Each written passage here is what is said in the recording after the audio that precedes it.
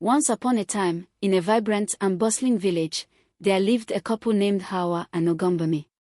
Their home was not grand, but it was full of love and warmth. Hauwa, with her kind smile and gentle demeanor, was known for her beauty and grace. Ogungbemi, strong and hardworking, was admired for his determination. Together, they were blessed with 4 daughters, each as radiant as a jewel, bringing light and laughter into their humble abode. Despite their happiness, Hauwa and Ogungbemi were very poor. Each day, Ogungbemi toiled on other people's farms, doing all kinds of heavy work just to provide enough food for his family. It was never a feast, but they were grateful for every meal they had. Hauwa worked tirelessly too, fetching water, washing clothes for others, and carrying loads in the market to earn a little extra. Even with their combined efforts, life was tough.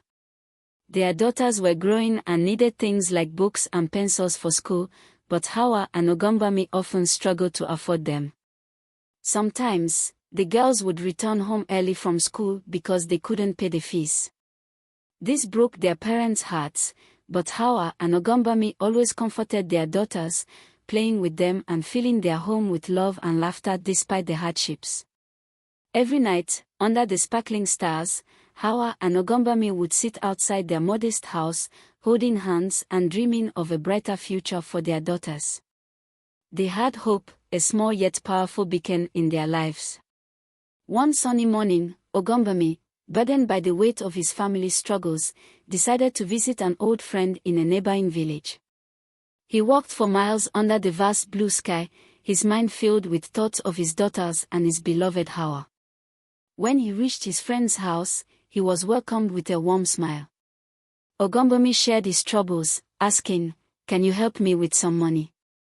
His friend, after listening carefully, replied, "Ogungbemi, I won't just give you fish, I'll show you how to catch them so you'll never go hungry again." Ogungbemi was confused but hopeful.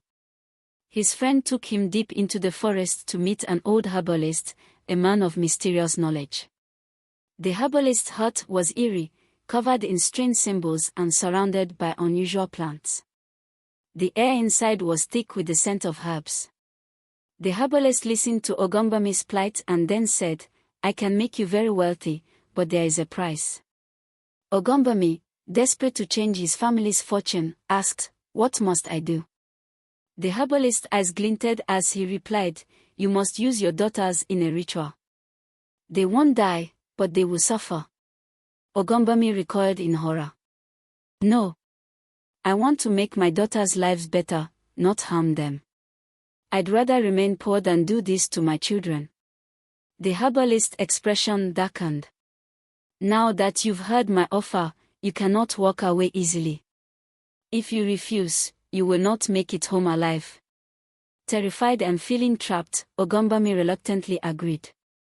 The herbalist handed him a pouch of black powder and instructed him to mix it into his daughter's food. Ogungbemi returned home, his heart heavy with guilt and dread. The following day, after Ogungbemi followed the herbalist's instructions, a strange and fierce wind swept through the village. His eldest daughter, the one with the brightest smile, suddenly lost her sight. She cried out in fear, saying everything had gone dark. Ogungbemi's heart shattered. He wanted to believe it was a coincidence, but deep down, he knew it was the powder's doing. The villagers whispered about the strange wind and the girl's sudden blindness. Days later, a mysterious man dressed in black appeared at Ogungbemi's house. He carried a large sack and said, "Do not open this until I leave." Once he was gone, Ogungbemi and Hauwa opened the sack to find it filled with gold coins. They laughed and danced, thinking their troubles were finally over. But Hauwa, looking at her blind daughter, felt a deep unease. Their newfound wealth brought luxury, a grand home, fine clothes, and abundant food. The villagers admired their riches, calling their daughters princesses. Yet, their eldest daughter remained blind, and Hauwa's pleas to seek help for her were dismissed by Ogungbemi, who claimed, "It's her destiny." The cycle continued. Each visit to the herbalist demanded another sacrifice, and each time, Ogungbemi complied. His second daughter became deaf and dumb. His third daughter grew weak and frail. Each sacrifice brought another sack of gold, delivered by the same man in black. The family grew wealthier, but the joy in their home faded. Hauwa's suspicions grew until one day, she secretly followed Ogungbemi to the herbalist's hut.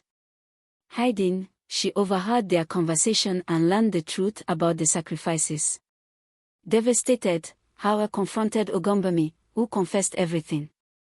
Determined to save her last daughter, Hauwa visited the herbalist herself, begging for an alternative. The herbalist offered a grim solution: Ogungbemi's leg would be wounded, and Hauwa would have to lick the wound daily to maintain their wealth. She agreed, sacrificing her dignity to protect her child.